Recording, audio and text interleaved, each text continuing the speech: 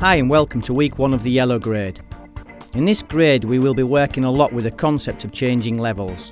For example, travelling from standing to kneeling and from kneeling to sitting and back up again. This will start to develop a greater understanding of how to deliver the weapons from different levels and angles. This is something that we all need to understand, as it's not as easy as it sounds or looks. Plus there are many hidden applications in the transitional movements that we all want to own.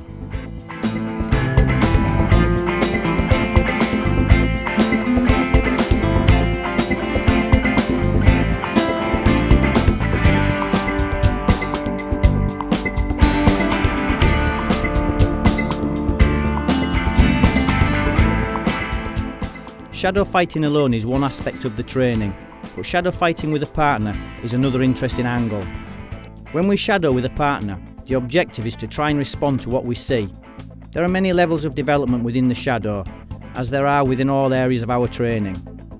But this response style of shadow is simple yet great fun, as it lifts our attention and observation levels quite sharply, and keeps us on full throttle for the duration of the shadow training.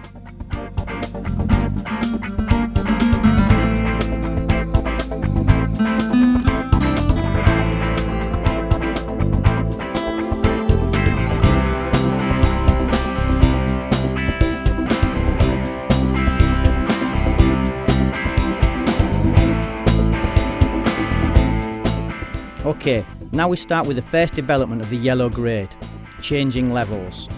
Let's take a quick look as Ruben shows how we start developing the basic level changes in the street. Notice how Ruben keeps a continuous fluid motion going. Although very basic at this stage of our development, this fluid motion will eventually give us the ability to use the body as a weapon in a very effective and efficient way. Remember when we spoke about the concept of the chameleon before? Well, there are many amazing applications all hidden within well executed body mechanics and level changes, only it's not always easy to see them in the beginning.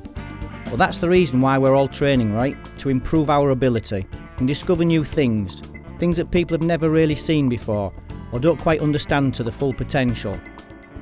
And in the end it's exciting, because being able to extract more out of something that people think has nothing more to offer really is cool. Plus it's how pioneers forge the way forward and continue to discover new things that have always been there, only nobody ever discovered them before. And that's the challenge for KFM. Discover and find things that nobody's ever found before.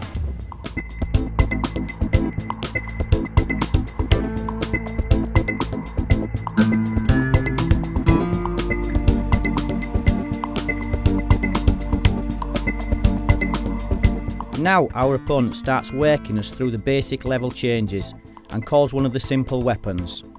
The objective is to get back to our feet and attack. We can see in this example that we are using 3 different levels, but all the weapons are fired from standing.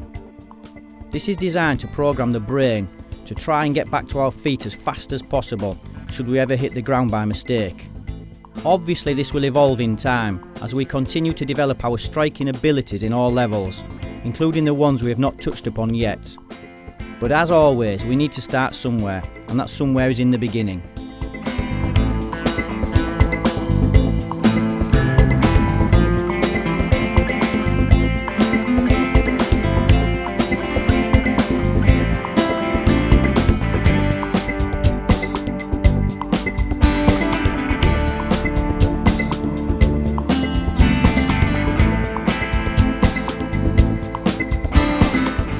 In this example we isolate only the punches.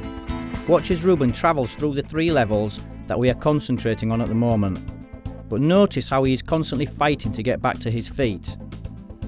This exercise will make us appreciate just how difficult it is to travel through the ranges effectively whilst under attack. Definitely not easy. And as we always like to state, this is only a training exercise and a long way off what it's really like. But our job at present is that of study and investigation. Lifting the levels of intensity will come. We just need to make sure that we have a good level of understanding before we really put the pressure on. We can clearly see that by introducing different elements into the equation, that it's really not that difficult to make a simple punch exercise quite stressed.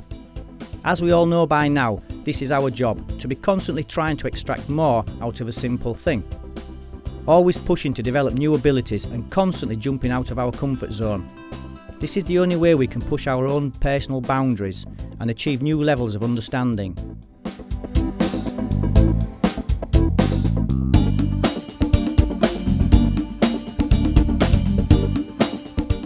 Again, we follow our process of isolation, and in this exercise we introduce the pensa codo. If we watch carefully, we can see just how the elbow evolved from the pensa do, and when we see it in motion, it's so obvious. But the only reason it's obvious is because it's combat tested and not a technical invention.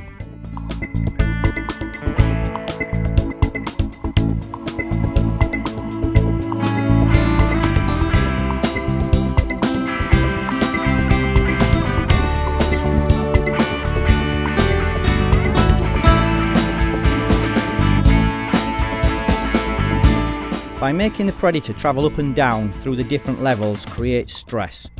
This makes delivering even the simplest of weapons quite difficult.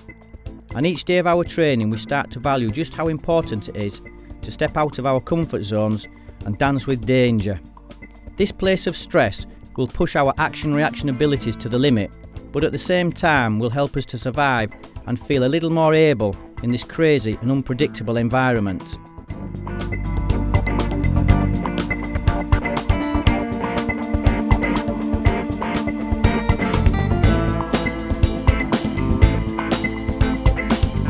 The kick in the lower grades of the programme is very basic, but don't be deceived, the kick in the street is radical and ballistic. But in the beginning we need to catch the basic function before we open the door of dynamic development. Again in this example, you look how Ruben is constantly scrambling to get back to his feet in order to deliver the simple kick. And remember, this is only one of 1,000 exercises we can use to develop the kick. We have a long way to go in order to develop a deep understanding of street applications as regard the kicks.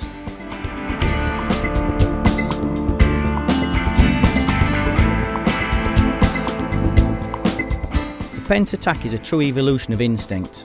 When we feel stressed, many times we just put our heads down and charge. The pence attack is an evolution of this instinct, and KFM has refined the pence attack into a dynamic and ballistic destroyer and weapon of entry. We will feel over time, as we travel through the grades, how each of the developments are the consequence of one another.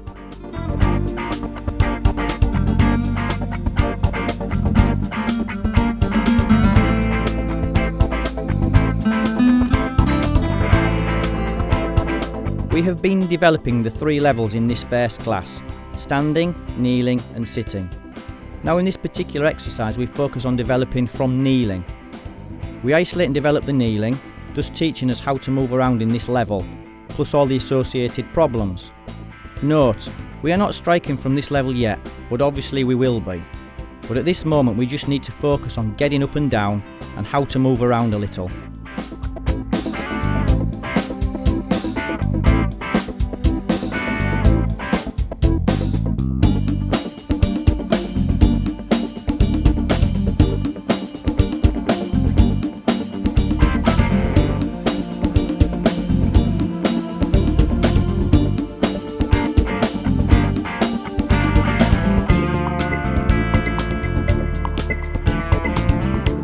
In the last of the one opponent exercises, we isolate the sitting position on the ground.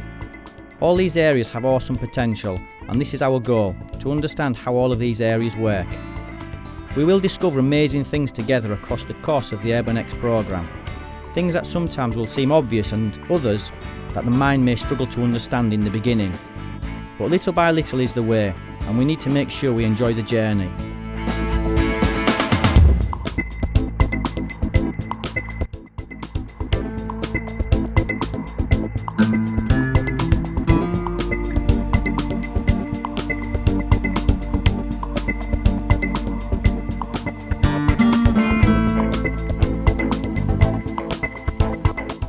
The 2-man predator exercise will make us feel just how dangerous being on the ground really is, and why we fight to get back to our feet as fast as possible.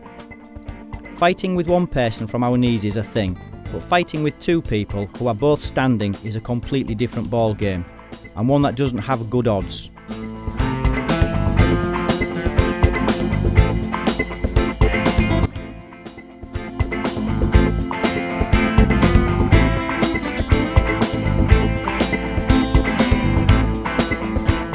Sitting on the floor between attackers is not a good feeling at all.